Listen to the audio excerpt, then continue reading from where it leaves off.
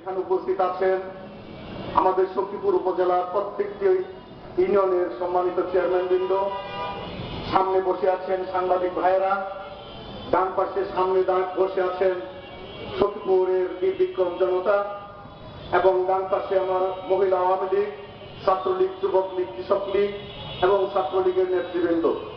আসলে বক্তৃতা দেওয়ার কি আছে এখানে? একটা ভুয়া লোকের বিরুদ্ধে আমরা প্রতিবাদ সভা করছি, যার জীবনটাই হইল ভুয়া। আমি জানি না তার সত্যতা কতটুকু। আমরা সাদর বিশ্ববিদ্যালয় কলেজের ছাত্র। কবে এই জহের সাহেব ভর্তি হয়েছিলেন আর কবে সে সেখান থেকে বেরিয়ে গিয়েছে আমাদের একমাত্র সাত্তার জামাদার ভাই তার সাক্ষী। এর চাইতে বড় সাক্ষী সচিবুর বাসার একটাও নাই। উনি 2 মাস 3 মাস পর পর, 1 বছর পর পর সচিবুর আসেন একজন সাক্ষী নিয়ে। একজন শিবহাজরানি হল সাত্তার ভাই। বার চাদরে ময়লা থাকতো, জুতো সেলাই থাকতো এবং কাঁধে ময়লা থাকতো। কি ব্যাপার সাত্তার ভাই, ঠিক কিনা? আমরা কিছু কিছু বলতাম, সাত্তার ভাই মন খারাপ করত। আর এই ভুয়া মুক্তিযোদ্ধা এই জহের ভাই সখীপুরে অনেক দাপট দেখায়, অনেক কিছু বলে, তার উঠানে দাঁড়ায়।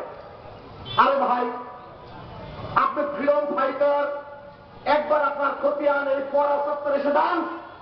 আপনি কোথায় যুদ্ধ করেছেন, কখন মুক্তির যুদ্ধে গিয়েছেন? আপনাকে তো আমরা ওই সাদর বিশ্ববিদ্যালয়ে 2 বার ভোট দিয়েছি, কোনদিন শুনিনি আপনি মুক্তিযোদ্ধা ছিলেন। এই সচিব অনেক মিটিং করেছেন, কোন মিটিং আপনি বলেন নাই আপনি মুক্তিযোদ্ধা ছিলেন। আপনি অনেক মিটিংয়ে বলেছেন আপনি একজন ছাত্র নেতা, এটাই আপনার পরিচয়। হঠাৎ করে আকস্মিক ভাবে আপনি এমপি হয়ে গিয়েছিলেন। এমপি হওয়ার 1 বছর পর আপনার মাথায় একটা বুদ্ধি আসলো যে উকিল মানুষ তো, যে সুযোগে বোধ হয় মুক্তিযোদ্ধা হইতে পারি। আর এই মুক্তিযোদ্ধা সম্পর্কে আপনি কাদের সিদ্দিক সাহেবকে প্রশ্ন করি, যদি আপনার সংগঠক, আপনার টাঙ্গাইলের সংগঠক, আপনি কিংবদন্তি, আপনার দাঁড়িয়ে একটি বাড়ি বলেছেন এই কবে মুক্তিযুদ্ধ হয়েছে, তার কমান্ডারকে তার ভাষণ আপনারা সব ভিত্তিকে আপনারা এখন শুনবেন, সেই ভাষণটা আপনাদের মাঝে উপস্থাপন করছি।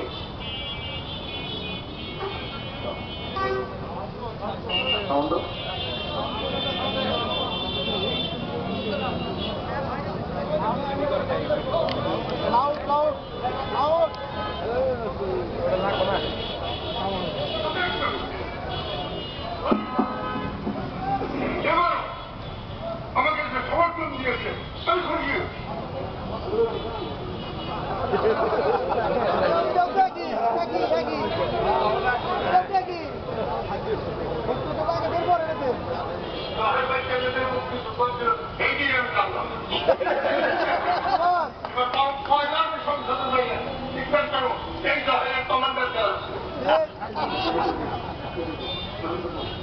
এখন আপনাদের প্রশ্ন করতে চাই যে এই টাঙ্গাইলের মাটিতে মুক্তিযুদ্ধের কিংবদন্তি নামে পরিচিত বঙ্গবীর আব্দুল কাদের সিদ্দিকী, তিনি যদি না জানেন যে জহের কবে মুক্তিযুদ্ধ হয়েছে, তাহলে আপনারা কি করে তাকে মেনে নেন?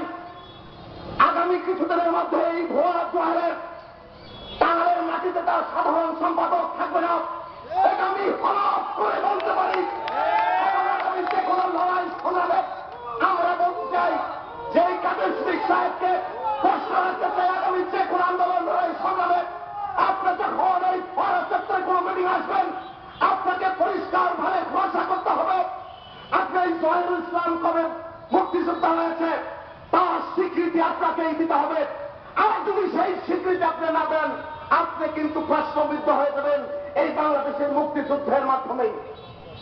ভাইয়ের আমার, জহের ভাই সম্পর্কে আর কি বলবো? উনি মাঝে মধ্যেই এই এলাকায় জনসভা করতে আছে, যদি প্রতিবাদ সভা করতে আছে, ওই যে কি স্লো।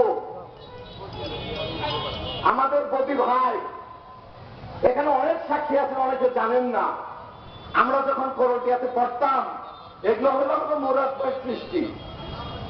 এই কৃষ্ণ, আমরা মোরাদ ভাইয়ের বাসায় গেলে ত্রাণ নিয়ে আসতো আমাদের কাছে। আর এই টুকাই হয়েছে জোয়াহের নেতা। আজকে সেই টুকাইকে বলতে চাই, তোমাকে কলকাতা কলেজে দেখেছি, একমাত্র আমাদের পাঠায় নজরুলের বন্ধু তুমি ছিল। নজরুল তোমাকে তুই পরীক্ষা করে অনেক কাজ করিয়েছে। আমাদের তো দূরের কথা, আজকে যদি নজরুল এই মঞ্চে থাকতে বলতে পারতো কিছু তুমি কেনা। মুক্তিযুদ্ধের সময় পাক হানাদার বাহিনী এই দেশে এসেছিল, তাদের বন্ধুদের নলের টার্গেট কোনদিন মিস হয় নাই, কিন্তু তারা কিন্তু নালায় পড়ে নদীতে পড়ে তাদের মৃত্যুবরণ হয়েছে। আমি কিছুকে বলতে চাই, যদি ভাই কোনদিন ভুলেও সখীপুর আসো, ঘাটালের রাস্তা, কালীহাতির রাস্তা, মধুপুরের রাস্তা তুমি ভালো করে জেনে শুনেছো, তুমি কিন্তু এই রাস্তা খুঁজে পাবা না। কিছু ভাই, তোমাকে কিন্তু ভালো করে চিনি, তুমি কিন্তু আমাদেরকেও ভালো চিনো।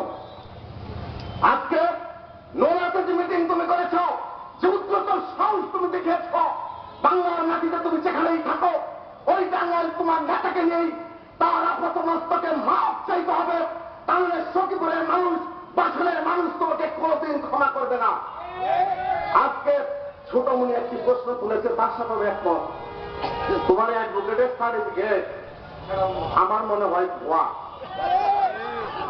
কারণ যে লেন্দি প্রক্রিয়া তুমি অ্যাডভোকেট হয়েছ ভাই, তোমার এক শিষ্য আছে লিটন, আমাদেরও শিষ্য। হ্যাঁ, ভুয়া সার্টিফিকেট তুমি বের করছো, আর হ্যাঁ যখন তোমার শিষ্য হয়েছে, উস্তাদ কিন্তু ভুয়া হওয়াটা স্বাভাবিক। আমি মুক্তিযোদ্ধা ভাইদের বলতে চাই, আপনারা বুকের তাজা রক্ত ঢেলে দিয়ে এই দেশকে স্বাধীন করেছেন। একজন এই ভুয়া মুক্তিযোদ্ধাকে সামনে নিয়ে আপনারা বেঁচে থাকা না থাকা আপনাদের সমাজ, আপনারা যখন বাড়ির থেকে বেরিয়ে এসেছেন